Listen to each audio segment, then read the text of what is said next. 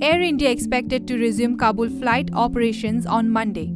Accordingly, the service is being continued to keep the air link between India and Afghanistan open despite the deteriorating security situation in the latter country. The aircraft was initially scheduled to leave at 8:30 am, but it will now depart at 12:30 pm according to the airlines. It's a critical service for evacuating Indians from Kabul, the capital of war-torn Afghanistan, where the Taliban has lost control of most of the nations.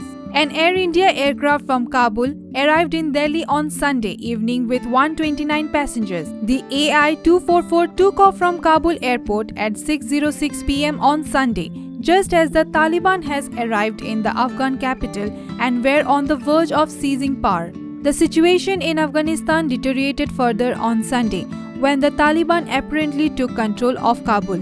President Ashraf Ghani, together with National Security Advisor Hamdullah Muhib and the head of President Fazl Mahmoud Fazli's administrative office, departed Afghanistan for Tajikistan. However, they stated that the airline is monitoring the situation closely and it would take appropriate action as required. India has put in place contingency plans to evacuate hundreds of its officials and citizens from Kabul that has been gripped by fear and panic following reports of Taliban fighters entering the outskirts of the Afghan capital city on Sunday. People familiar with the development said the government will not put the lives of the staffers at the Indian embassy and Indian citizens in Kabul at any risk, and plans have already been finalized in case they required emergency evacuation.